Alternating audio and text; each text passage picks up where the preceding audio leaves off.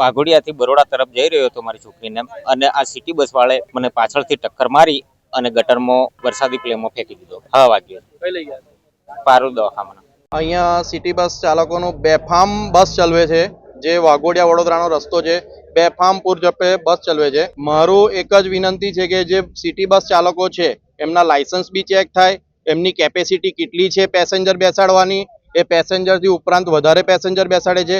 આજે બીજી કે ત્રીજી ઘટના છે આ 15 દિવસમાં કે સિટી બસ ચાલકે બાઇક વાળાને પાછળથી અડફેટે લીધો. સદનસીબે એટલી મોટી ઈજા નથી થઈ, પણ તમે જોઈ શકો છો કે નીચે બાઇક અત્યારે ગટર કાસમાં છે, વિટકોસ ગટર કાસમાં છે. ઉપરાંત જે બાળકી હતી એ અત્યારે પારુલ સેવા આશ્રમમાં સારવાર અર્થે છે.